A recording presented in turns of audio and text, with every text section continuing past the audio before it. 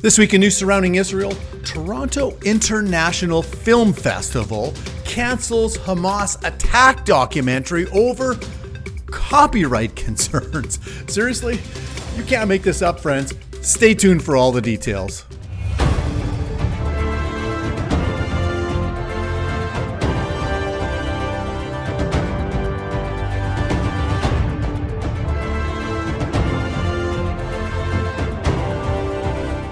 Well, shalom, everyone. Welcome once again to this week's newscast. I'm Robert Gottslick, your host. And the Times of Israel a week ago got wind of a story here in Canada concerning the Toronto International Film Festival and their absurd decision.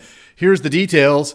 The Toronto International Film Festival announced this week that it had canceled its invitation to screen a documentary about the October 7th, 2023 Hamas attacks due to ostensible copyright concerns stemming from the fact that the filmmakers did not receive permission from the Hamas terrorists whose clips are featured in the film. Seriously? Yeah, they're serious.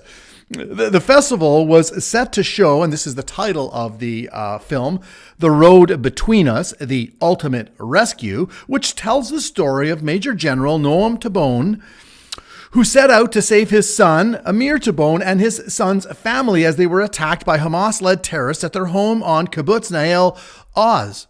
The movie features footage taken from the cameras of terrorists who filmed their atrocities as they marauded through Israeli communities. Over a quarter of Nahal Oz's 400 residents were killed or taken hostage that day. News of the movie's disinvitation was first published in Deadline, which said that the Toronto International Film Festival pulled the screening due to fear of anti-Israel protesters disrupting the festival, as well as the copyright issues. Sources close to the film's production said that the festival's claimed reason for the cancellation was that the filmmakers had not received explicit permission to use videos of the Hamas operatives during the attack, with the festival fearing a potential lawsuit. Speaking to Channel 12 News Wednesday, line producer Talia Harris-Ram confirmed this, dryly calling the decision a bit of a joke. The topic of creators' rights is something I work with regularly, she said. There's no legal problem with showing these clips, which were already streamed live on October 7th. From an intellectual property standpoint, they are clearly in the public domain.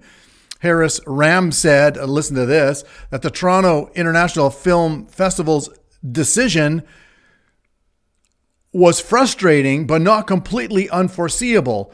Let's just say when I bought my ticket to Toronto, I made sure it could be canceled. She said, I knew something like this could happen. That's unbelievable. Seriously? As I said, you can't make this up. You need permission from terrorists who publicly broadcasted to the world with pride, with joy, their demonic atrocities? You've got to be kidding me. Reacting to the film's cancellation, Noam Tabone said this, that the Toronto Film Festival had succumbed to pressure and threats and has chosen to silence and erase October 7th. My message to the festival management, the truth cannot be erased. The atrocities committed by Hamas cannot be erased or denied. And he would know because he was there and the film was about him. You're not going to change or erase what Hamas did as they proudly displayed it before the whole world. And you need permission from them to use those film clips that they took with their head cams? Unbelievable. Absolutely unbelievable. The Times of Israel further went on to report that the Canadian Center for Israel and Jewish Affairs also slammed the festival's decision, saying it was inconceivable that the Toronto International Film Festival allows a small group of extremists using intimidation and threats of violence to dictate which films Canadians can see at the festival. This shameful decision sends an unequivocal message. And listen to this, and this is the crux of it. Toronto's Jewish community is no longer safe or welcome. That's what the Jewish people are feeling when you have things like this happening. Are we trying to drive out our Jewish population here in Canada? Are we trying to do that? Because it sure seems like it. And in turn, are we embracing pro-Hamas supporters? Friends, to do so, as I've said many times here on this newscast, to do so will bring God's judgment on this country. You can be sure of that. Look, just last Friday, a man in a keffiyeh threatened the Montreal Jewish population, saying, "We will kill you." Have a look. We will kill you. You give it to your pig, okay? We will kill you. You, okay? You pig.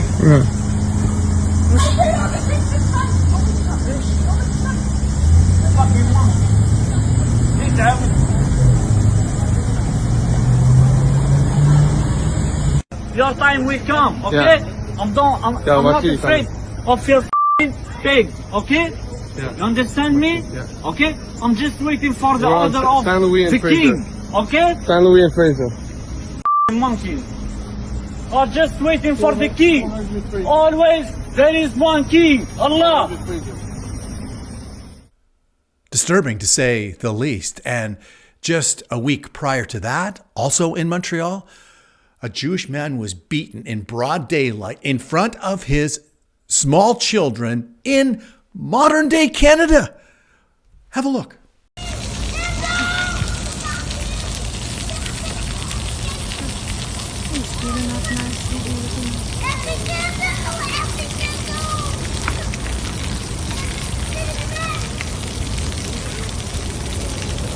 But why?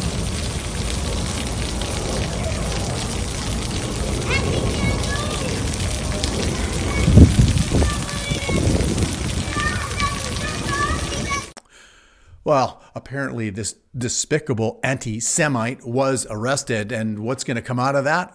I don't know. I hope it's more than just a slap on the wrist. If he came here to this country, they ought to deport him. I'll tell you, Canada better wake up and put an end to this anti-Semitic hatred instead of letting haters like these into our countries. Maybe they should vet people better.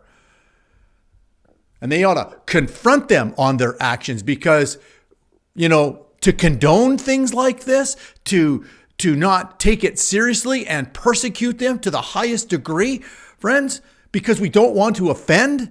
Well, I'll tell you what, that's crazy because I'm offended. The Jewish community is offended and they're scared to death all at the same time. But to pardon, to excuse, to not want to call out all these pro-Palestinian protests and all of the stuff that's happening here in Canada because we don't want to offend them or we don't want to upset people, that's ludicrous. I'm offended. The Jewish community is offended.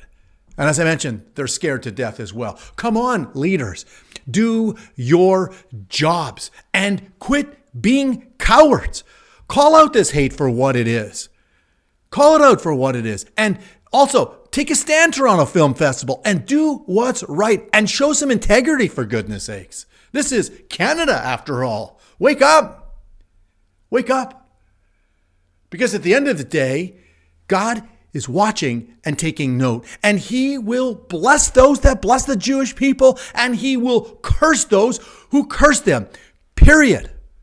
You'd think that the world would have learned that lesson by now, but they have not. I also think of Matthew chapter 12, verses 36 to 37. This is what Israel's Messiah, Yeshua, Jesus says. "But I say to you that for every idle word men may speak, they will give an account of it in the day of judgment. For by your words you will be justified, and by your words you will be condemned." I'll tell you what. Canada doesn't change route, you can be sure judgment is coming here. And for those that condone these things, woe unto you. Woe unto you. And so, friends, let's continue to pray for the peace of Jerusalem. Let's continue to pray for our Jewish communities here in Canada and around the world for their protection. And for goodness sakes, let's pray for our world leaders to wake up and to finally put an end to this anti-Semitic hatred here in our country that most of us love dearly. And with that, and until next time, thanks for joining us on another episode of In News Surrounding Israel. Have a great morning, afternoon, or evening, wherever you may be. God bless, friends.